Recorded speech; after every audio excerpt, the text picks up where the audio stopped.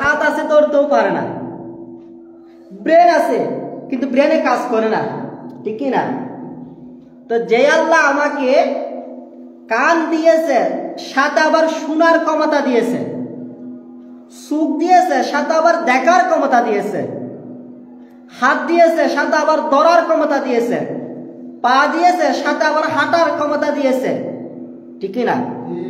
সে আল্লাহ সুবহানাহু ওয়া তাআলা আমাকে যখন বলবে বান্দা আজান হয়েছে যাও মসজিদে নামাজ পড়ো, ফজরের নামাজ থেকে জোহরের নামাজ পর্যন্ত মাঝখানে যে ফাঁপগুলো করবা, ফজরের নামাজ পড়ে ফাঁপ করেছো তো জোহরের নামাজ পড়বা, ফাঁপগুলো আমি মাফ করে দেবো। সুবহানাল্লাহ।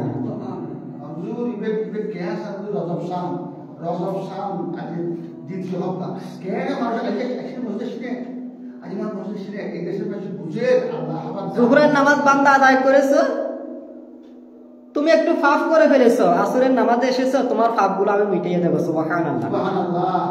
রজব মাস কে বলা হয় শাহরুল আমাহ। শাহরুল মাস মানে বদির, বদির কানে শুনে না, বড়া মাস।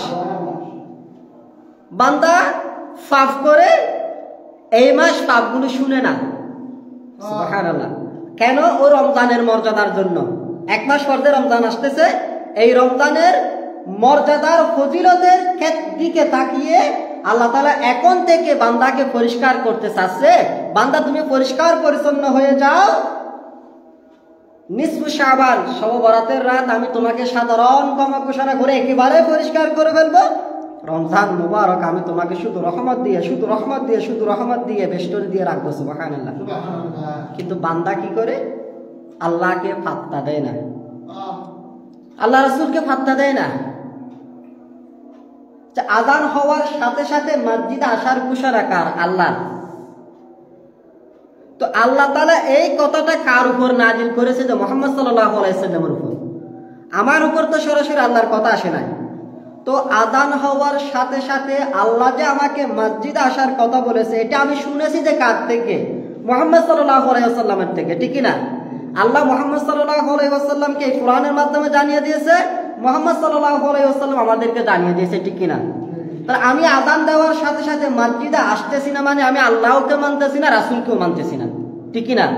কারণ আসার জন্য তো আমার মসজিদের হুজুর বলতেছে না, আমাকে তো আযান হওয়ার সাথে সাথে মসজিদে আসার কথা বলছে যে আল্লাহ, আযান হওয়ার সাথে সাথে মসজিদে আসার কথা বলেছে যে মুহাম্মদ সাল্লাল্লাহু আলাইহি ওয়াসাল্লাম আমাদের নবী। এখানে তো হুজুরের কোনো বিষয় নাই, এখানে হুজুরের সাথে সম্পৃক্ততা আছে ইবাদতের সাথে না। হুজুরের সাথে সম্পৃক্ততা আছে কি? জামাতে নামাজের সাথে, ঠিক না? একজন ইমাম না দাঁড়ালে আমার নামাজটা জামাতে হচ্ছে না। এটা একজন ব্যক্তি আমাকে না শিখালে আমি জানতে পারতেছি না এটা। কিন্তু ইবাদতগুলো আদেশগুলো তো আল্লাহ আর আল্লাহ রাসূলের। তো আমি এগুলো না মেনে মূলত আমি হুজুরকে অপছন্দ করতেছি না, কারণ এটা তো হুজুরের বিষয় না। আমি না মেনে না শুনে না জেনে গ্রহণ না করে মূলত আমি অস্বীকার করতেছি, অপছন্দ করতেছি আল্লাহকে, অস্বীকার করতেছি, অপছন্দ করতেছি মুহাম্মদ সাল্লাল্লাহু আলাইহি ওয়াসাল্লামকে। এতে ক্ষতি হুজুরের না, এতে ক্ষতি আপনার। কারণ পরকালে আপনার লাগবে যে এই আমলগুলো, ঠিক না? হুজুর জান্নাতে গেলে হুজুরের আমল দিয়ে যাবে, আপনি জান্নাতে গেলে আপনার আমল দিয়ে যাবেন, ঠিক না? এজন্য আমাদের দরকার কি? আল্লাহ যখন আমাদেরকে ডাক দেয় তখন আল্লাহর ডাকে সাড়া দিয়ে, আল্লাহ যখন আমাদেরকে বলে বান্দা করো, আমরা করব, যেহেতু আমরা আল্লাহর বান্দা। আল্লাহ যখন বলবে বান্দা করো, আমরা করব। আল্লাহ যখন বলে বান্দা করো না, আমরা করব না। আল্লাহ যখন বলবে বান্দা দাঁড়াও, আমরা দাঁড়িয়ে যাব। আল্লাহ যখন বলবে বান্দা বসো, আমরা বসে যাব। আল্লাহ যখন বলবে বান্দা শুনো, আমরা শুনবো। আল্লাহ যখন বলবে বান্দা শুনো না, আমরা শুনবো না। আল্লাহ যখন বলবে বান্দা দাও, আমরা দেব। আল্লাহ যখন বলবে বান্দা দিও না, আমরা দেব না। এক কথায় আল্লাহ যখন যা বলবে তখন তা করে যারা, কেবলমাত্র শুধুমাত্র একমাত্র মুমিন, মুসলমান, ইমানদার, মুত্তাকি, আল্লাহওয়ালা, পরহেজগার তারা, ঠিক না? আল্লাহ যদি ডাকে, আর যদি আল্লাহর ডাকে সাড়া না দিই, সমাজ আমাকে বলুক তুমি মুমিন মুসলমান, আল্লাহ তো আমাকে বলে নাই মুমিন মুসলমান। সমাজের 1 কোটি মানুষ আমাকে যদি স্বীকৃতি দেয়, আমি জান্নাতে যেতে পারবো না। আল্লাহ এবং আল্লাহ রাসূল যদি আমাকে স্বীকৃতি দেয়, আমি জান্নাতে যেতে পারবো, ঠিক কিনা? এই জন্য আমার জীবনীতে দরকার আল্লাহর সন্তুষ্টি, আমার জীবনীতে দরকার রাসূলের শাফাত, আমার পরকালে দরকার আল্লাহর জান্নাত, ঠিক কিনা? দুনিয়াতে আমার জীবনীতে দরকার আল্লাহর সন্তুষ্টি, পরকালে আমার জীবনীতে দরকার রাসূলের শাফাত, হাসরের ময়দানে আমার দরকার আমার ডান হাতে আমার আমলনামা, এরপর আমার পুরস্কার হিসাবে দরকার আল্লাহর জান্নাত, ঠিক কিনা? কিন্তু আল্লাহর সন্তুষ্টি যেখানে রাসূলের শাফাত সেখানে, রাসূলের শাফাত যেখানে পরকালীন হাসরের ময়দানে ডান হাতে আমলনামা সেখানে, ডান হাতে আমলনামা যেখানে আল্লাহর জান্নাত সেখানে, ঠিক কিনা?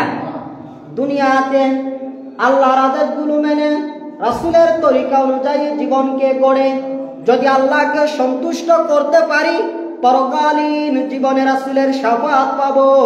যদি রাসূলের শাফাতের উপযুক্ত হতে পারি, হাসরের ময়দানে ডান হাতে আমার আমলনামা পাবো।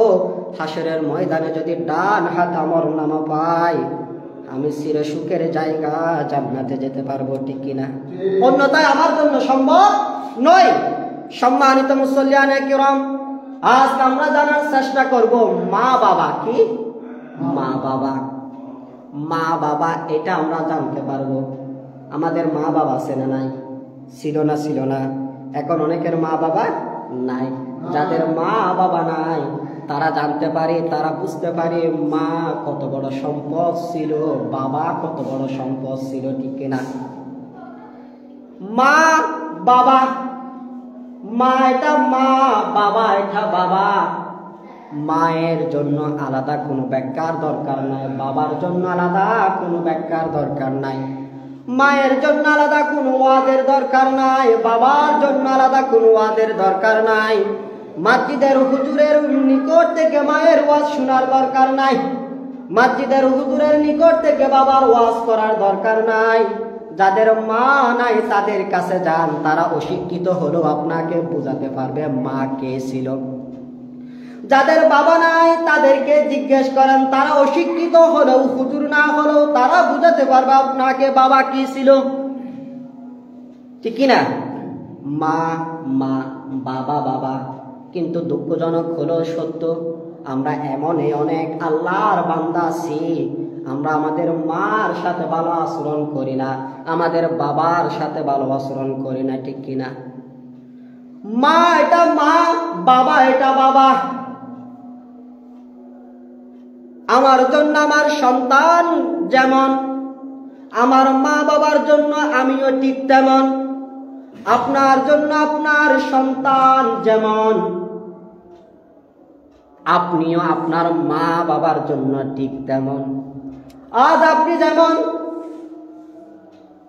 রাত্রে যখন ঘুমান, ছেলের শরীরে হাত দিয়ে দেখেন, মেয়ের শরীরে হাত দিয়ে দেখেন, শীতের মৌসুমে আমার সন্তানের গায়ে কম্বলটা আছে না নাই, নাকি সরে গেছে, ঠিক কিনা? আপনিও যখন শিশু ছিলেন ঠিক সেরকম আপনার মাও আপনার বাবাও আপনার শরীরে অর্ধরাতে হাত দিয়ে দেখতো আমার আপনার শরীরে কম্বল আছে না নাই, নাকি সরে গেছে, ঠিক কিনা?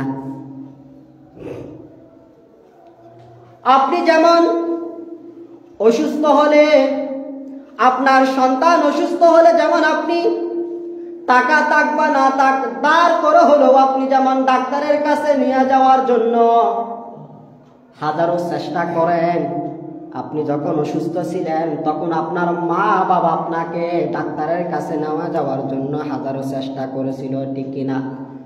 আপনি যেমন চায়ের দোকানের পাশ দিয়ে হেঁটে যাচ্ছেন, এরপরও 10টা টাকা আছে, পেটে প্রচন্ড ক্ষুধা, খেতে ইচ্ছা করতেছে, খাচ্ছেন না, কারণ আপনার ছোট্ট শিশু যে বলছিল বাবা আসার সময় আমার জন্য একটা কলম নিয়ে আসিয়েন। আপনি চিন্তা করতেছেন পেটে ক্ষুধা আছে তাক, এখন যদি চায়ের দোকান থেকে আমি 10 টাকার নাস্তা একটি চা খেয়ে ফেলি, আমার শিশুটির জন্য আমি কলম নিয়ে যেতে পারবো না। বাসায় গিয়ে যখন আমার সন্তান বলবে বাবা কলম নিয়ে এসেছো, আমি যদি কলম দিতে না পারি ছেলে কাঁদবে, এই ছেলের কান্না আমি বরদাস্ত করতে পারবো না। ক্ষুধার যন্ত্রণার চেয়ে ছেলের কান্নার যন্ত্রণা আপনি বেশি অনুভব করেছেন, এই জন্য কাবার কান্নায় আপনি ক্ষুধার যন্ত্রণা সহ্য করেছেন, ছেলে মেয়ের জন্য কলম নিয়ে গিয়েছেন। ঠিক তেমন আপনি যখন শিশু ছিলেন, আপনার যখন কলম প্রয়োজন হয়েছিল, ঠিক তেমন আপনার বাবার পকেটেও টাকা ছিল না, প্রচন্ড পেটে ক্ষুধা ছিল, ক্ষুধার যন্ত্রণা সহ্য করে থেকেছিল, আপনার জন্য কলম নিয়ে এসেছে, কারণ আপনার মলিন মুখটা আপনার বাবার ক্ষুধার যন্ত্রণার চেয়ে বেশি ছিল। আজকে ওই মাকে, আজকে ওই বাবাকে, আজকে ওই মাকে, আজকে ওই বাবাকে, আজকে ওই মাকে, আজকে ওই বাবাকে অনেক সন্তান আছে বড় কথা বলে, অনেক সন্তান আছে রেগে কথা বলে, অনেক সন্তান আছে মা বাবা কষ্ট পায় এমন ব্যবহার করে। ঠিক কিনা? আমার যুবক ভাইয়েরা, আমার যুবতী বোনেরা, শুনো শুনো শুনো, আপনাকে আমি বেশি পছন্দ করি না, আপনাকে আল্লাহর বান্দা হিসেবে আল্লাহ বেশি পছন্দ করে। আমি আপনাকে ভালোবাসি সাময়িক, তাও সুবিধা ভোগের জন্য। আল্লাহ আপনাকে ভালোবাসে আল্লাহর বান্দা এই জন্য, কোন সুবিধা ভোগের জন্য নয়। ঠিক কিনা? আল্লাহ তাআলা বলতেছে রিদর রব্বি ফি রিদল ওয়ালিদি ওয়া সাখাতুর রব্বি ফি সাখাতুল ওয়ালিদি। মা বাবা যার উপর খুশি আমি আল্লাহ তার উপর খুশি, মা বাবা যার উপর খুশি আমি আল্লাহ তার উপর খুশি। যে সন্তানের উপর মা বাবা খুশি ওই সন্তানের উপর আল্লাহ খুশি, যে সন্তানের উপর মা বাবা সন্তুষ্ট ওই সন্তানের উপর আল্লাহ তাআলা সন্তুষ্ট। কিন্তু দুঃখজনক হলেও সত্য, আজ অনেক সন্তান, আজ অনেক সন্তান, আজ অনেক সন্তান মা বাবা কষ্ট পায় এমন ব্যবহার করে, মা বাবাকে কষ্ট দেয়। ঠিক কিনা? ও আমার যুবক ভাই, ও আমার যুবতী বোন, আপনার কোন আচরণে যদি আপনার মা কষ্ট পায়, আপনার কোন ব্যবহারে যদি আপনার বাবা কষ্ট পায়, বুঝতে হবে ওই ব্যবহার আপনার মা বাবা যেমন কষ্ট পেয়েছে, একই ব্যবহারে আপনার রব আল্লাহ তাআলাও কষ্ট পেয়েছে। ঠিক কিনা? আমরা আজকে এগুলো চিন্তা করি না, এই জন্য আমরা আমাদের স্ত্রীর মুখে হাসি দেখতে চাই, মা বাবার মুখে হাসি দেখতে চাই না। ঠিক কিনা? আমরা আজকে স্ত্রীর মুখে হাসি ফোটানোর জন্য অসংখ্য কষ্ট করে থাকি, কিন্তু মা বাবার মুখে হাসি ফোটানোর জন্য আমরা একটুও কষ্ট করি না। ঠিক কিনা? আজকে আমরা মাসের পর মাস বিদেশ জীবন যাপন করে কোটি টাকা আয় করে স্ত্রীর হাতে 50,000 টাকা, 40,000 টাকা, 20,000 টাকা, 30,000 টাকা দিতে পারি, কিন্তু আমার মা যার পেটে আমি ছিলাম অসংখ্য কষ্ট আমি দিয়েছি, যে মা আমাকে এই পর্যন্ত নিয়ে এসেছে, ওই মাকে আমি এক মাসে 2 থেকে 3,000 টাকাও দিতে পারি না। ঠিক কিনা? ঠিক কিনা? আমি মনে করি আমার মাকে দিলে হয়তো আমার কমে যাবে। না না না না, আপনার মাকে দিলে আপনার কমে যাবে না, আপনার বাবাকে দিলে আপনার কমে যাবে না। আপনার মাকে দিবেন আপনি, আপনাকে দিবেন আল্লাহ। আপনার বাবাকে দিবেন আপনি, আপনাকে দেবে আল্লাহ। এই জন্য আপনি আপনার মাকে দিবেন, আপনি আপনার বাবাকে দিবেন। ঠিক কিনা? আজকে আমরা বন্ধুদের সাথে ভালো ব্যবহার করি, বান্ধবীদের সাথে ভালো ব্যবহার করি, উস্তাদদের সাথে ভালো ব্যবহার করি, আমরা প্রতিবেশীদের সাথে ভালো ব্যবহার করি, পীরদের সাথে ভালো ব্যবহার করি, মাওলানা বক্তাদের সাথে ভালো ব্যবহার করি। করেন কোনো এরা সম্মানিত মানুষ, এরা ভালো ব্যবহার হওয়ার যোগ্য। একজন সাহাবী আল্লাহর হাবিব মুহাম্মদ সাল্লাল্লাহু আলাইহি ওয়াসাল্লামকে প্রশ্ন করলেন, ইয়া রাসূলুল্লাহ ওয়া ইয়া হাবিবাল্লাহ, মান আহাক্কু বিহুসনি সাহাবাতি, মান আহাক্কু বিহুসনি সাহাবাতি, মান আহাক্কু বিহুসনি সাহাবাতি। ও আল্লাহর হাবিব, আমার সবচেয়ে সুন্দর ব্যবহার পাওয়ার যোগ্য কে? পৃথিবীতে যদি 1,000 কোটি মানুষ থাকে, কয় হাজার? প্রায় 1,000 কোটি মানুষ পৃথিবীতে রয়েছে, সারা পৃথিবীতে। আপনি প্রশ্ন করলেন, ইয়া রাসূলুল্লাহ ওয়া ইয়া হাবিবাল্লাহ, 1,000 কোটি মানুষের মধ্যে খানে কাবার ইমাম আছে, মসজিদে নববীর ইমাম আছে, মসজিদ আকসার ইমাম আছে, আমাদের বাংলাদেশের বাইতুল মুকাদ্দাসের ইমাম আছে, অসংখ্য বড় বড় ব্যক্তিরা আছে যাদেরকে আপনি সরাসরি জান্নাতের সার্টিফিকেট দিয়েছেন, ভালো মানুষ। কারাঙ্গের বড় হুজুর আছে, বায়তুল শরীফের পীর সাহেব আছে, অনেক বড় বড় পীর বুজুর্গ আছে। ইয়া রাসূলুল্লাহ, এখানে খানে কাবার ইমাম উপস্থিত, এখানে মসজিদে নববীর ইমাম উপস্থিত, এখানে কারাঙ্গে বড় হুজুর ছোট হুজুর উপস্থিত, এখানে বায়তুল শরীফের আক্তার সাহেব হুজুর, কুড়াহালির পীর সাহেব হুজুর, দব্বর সাহেব হুজুর উপস্থিত। সবার অনেক সুন্দর পোশাক, চতুর্দিকে অনেক তাদের মুরিদান। এখানে ফাটা সিরা কাপড় নিয়ে আমার মা উপস্থিত, আমার বাবা উপস্থিত। ওহে আল্লাহ রাসূল, আমার মায়ের চুলগুলো পাকে গেছে, দেখতে সুন্দর লাগতেছে না, আমার বাবার শরীর থেকে গন্ধ বের হচ্ছে। ইয়া রাসূলুল্লাহ, আমি কার সাথে সুন্দর আচরণ করব? পৃথিবীর কি এই বড় বড় ব্যক্তিদের সাথে, নাকি পাড়া সেরা কাপড় পরিধানকারী আমার মায়ের সাথে? আল্লাহ রাসূল বলতেছেন, সবাই পরে আগে তোমার মা, সবাই পরে আগে তোমার বাবা। মান আহাক্কু বিহুসনি সাহাবাতি, আমার সবচেয়ে বেশি সুন্দর ব্যবহার পাওয়ার যোগ্য কে? আল্লাহর হাবিব বলেন, উম্মুকা, তোমার মা। আবার প্রশ্ন করলেন, মান আহাক্কু বিহুসনি সাহাবাতি, আমার সবচেয়ে বেশি দামি উপহার পাওয়ার যোগ্য কে? আমার সবচেয়ে সুন্দর ব্যবহার পাওয়ার যোগ্য কে? আল্লাহর হাবিব বলেন, উম্মুকা, তোমার মা। আবার প্রশ্ন করলেন, মান আহাক্কু বিহুসনি সাহাবাতি, আমার সুন্দর ব্যবহার পাওয়ার যোগ্য কে? আমার দামি দামি হাদিয়া তোহফা পাওয়ার যোগ্য কে? আল্লাহর হাবিব বলেন, উম্মুকা, তোমার মা। এরপর প্রশ্ন করলেন, ইয়া রাসূলুল্লাহ, মান আহাক্কু বিহুসনি সাহাবাতি, আমার সুন্দর ব্যবহার পাওয়ার যোগ্য কে? আমার সুন্দর আচরণ পাওয়ার যোগ্য কে? আমার যে হাতে, আমার পকেটে যে 10,000 টাকা আছে, এই 10,000 টাকার মধ্যে যেটা একেবারে নতুন, সেটা পাওয়ার যোগ্য কে? আমার পুকুরে যে অনেক মাছ আছে, ওখান থেকে সবচেয়ে বড় মাছটি পাওয়ার যোগ্য কে?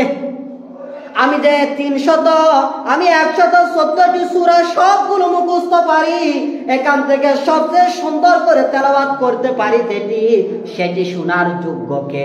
আল্লাহর হাবিব বলেন, উম্মুকা, তোমার মা, উম্মুকা, তোমার মা, উম্মুকা, তোমার মা।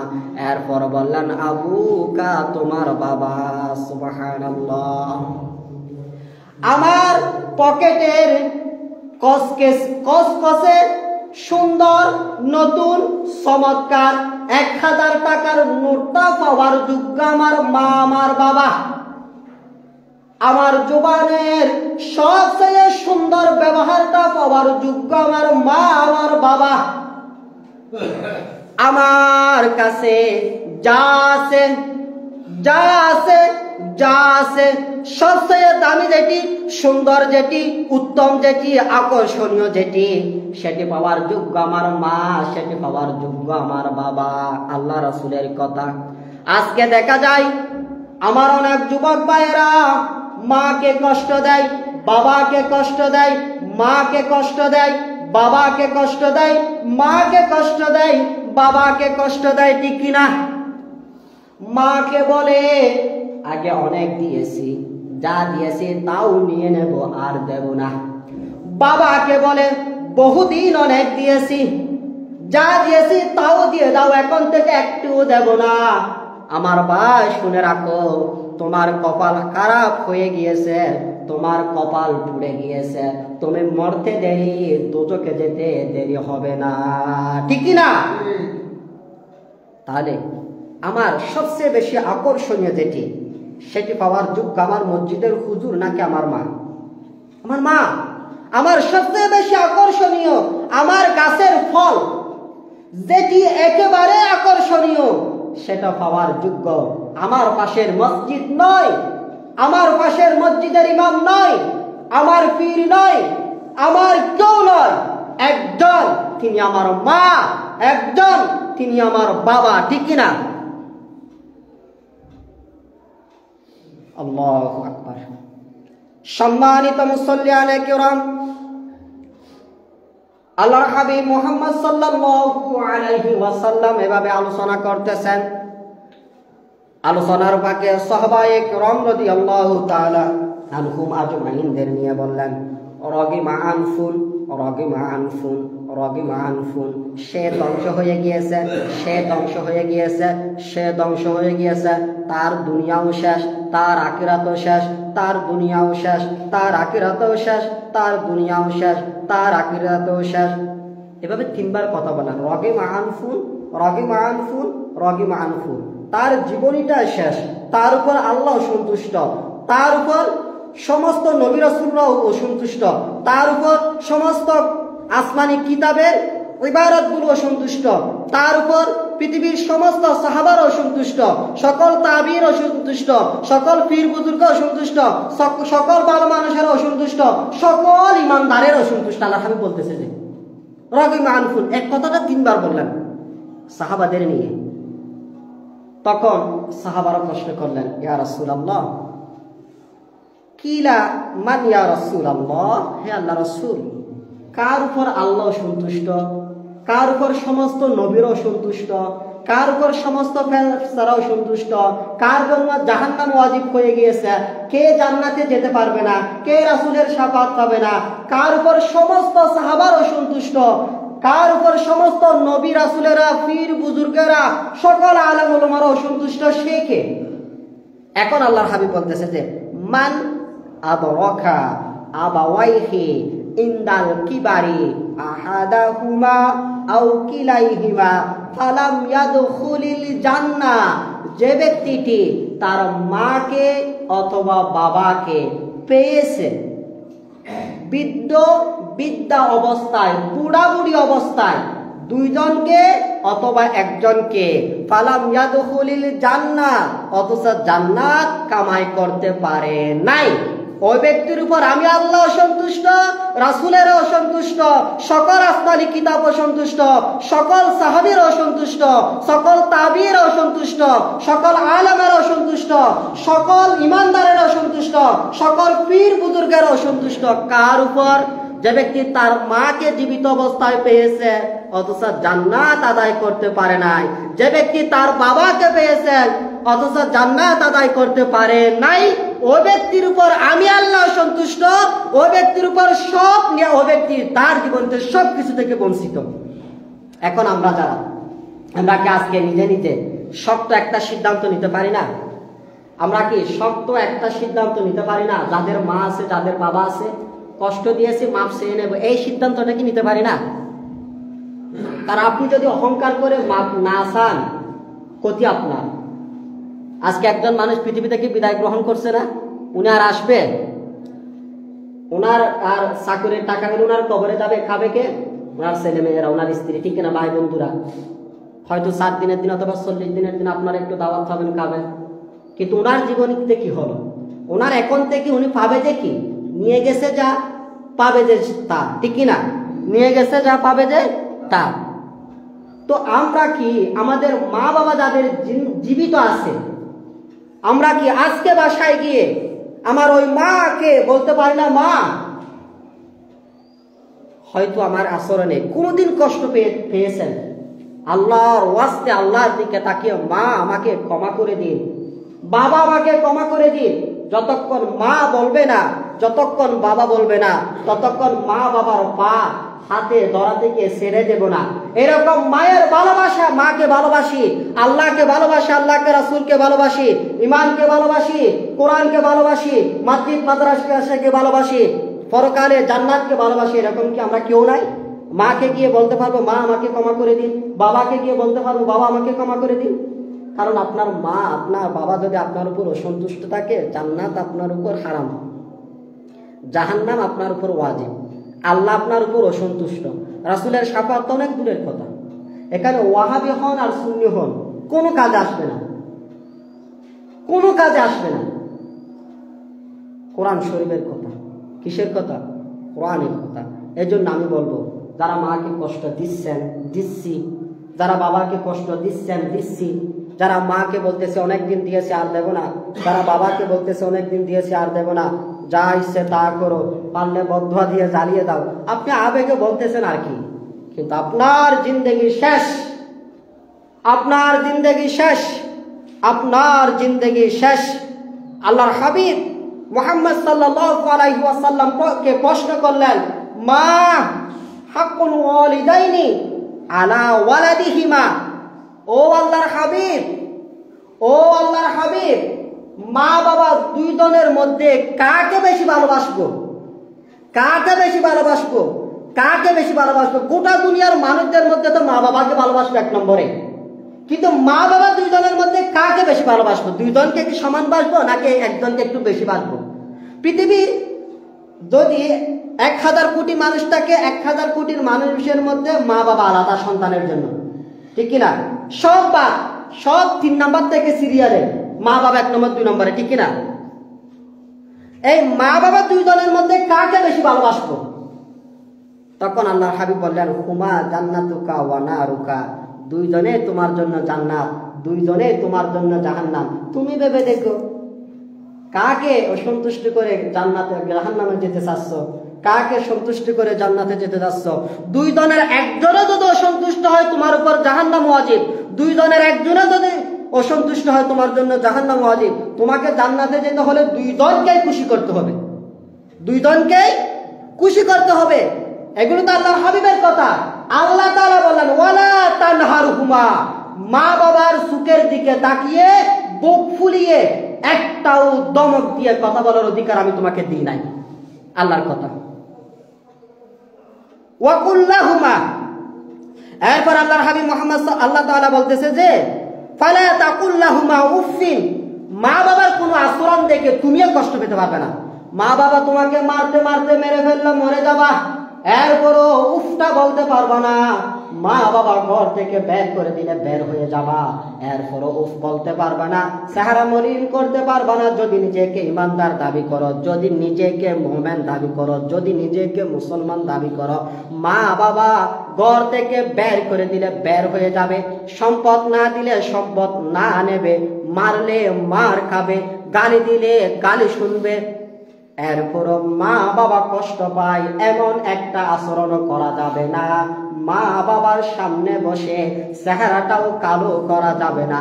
বের করে দিলে হাসতে হাসতে বের হয়ে যাবে, সম্পদ না দিলে হাসতে হাসতে সম্পদ না নেবে। এটা আল্লাহর ঘোষণা, এটা আল্লাহ রাসূলের ঘোষণা।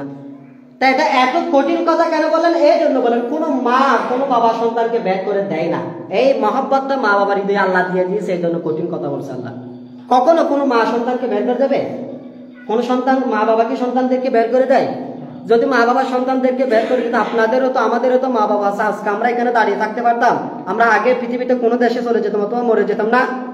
যেহেতু বোঝা যাচ্ছে আমাদের মা বাবারা যেহেতু আমাদেরকে বের করে নাই, আমরাও আমাদের সন্তানদেরকে যেভাবে বের করতেছি না, আগামীতেও যারা পৃথিবীতে আসবে তারাও বের করবে না। কিন্তু আমাদের কোনো আচরণে যদি আমাদের মা বাবা কষ্ট পায়, কষ্ট পাবে আল্লাহ, কষ্ট পাবে আল্লাহ রাসূল, আমার জীবনে তো সন্তুষ্ট হবে আল্লাহ এবং আল্লাহ রাসূল, আমার জন্য ওয়াজিব হয়ে যাবে জাহান্নাম।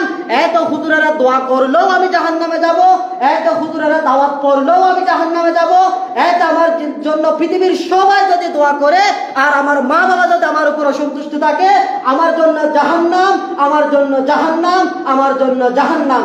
আমার মা বাবা মুসলিম হোক অমুসলিম হোক, আমার মা বাবা মুসলিম হোক অমুসলিম হোক, শিক্ষিত হোক অশিক্ষিত হোক, শিক্ষিত হোক অশিক্ষিত হোক, আমার মা আমার বাবা, আমার জন্য মা আমার জন্য বাবা। সবচেয়ে সুন্দর আচরণ পাওয়ার যোগ্য পৃথিবীতে আমার মা বাবার চেয়ে বেশি আর কেউ আমার জন্য নাই। এই অধিকার আল্লাহ আমাকে দেয় নাই, এই রাসূল এই অধিকার কোরআন আমাকে দেয় নাই, এই অধিকার ইসলাম আমাকে দেয় নাই। আমি যদি আমাকে মুমিন মুসলমান মুত্তাকি দাবি করে থাকি, তাহলে আমার জন্য 1 নম্বর আমার মা বাবা, 1 নম্বর আমার মা বাবা, 1 নম্বর আমার মা বাবা, ঠিক কিনা? আল্লাহ তাআলা আমাদেরকে অতীতের ভুলগুলো শুধরিয়ে নিয়ে মা বাবাকে সন্তুষ্ট করে, আপনার সন্তুষ্টি অর্জন করে, আপনার হাবিবের শাফাতের উপযুক্ত হয়ে, ডান হাতে আমলনামার উপযুক্ত হয়ে জান্নাতে যাওয়ার তৌফিক দান করুন। আমিন। ওয়া মা তৌফিক ইল্লা বিল্লাহ। আসসালামু আলাইকুম।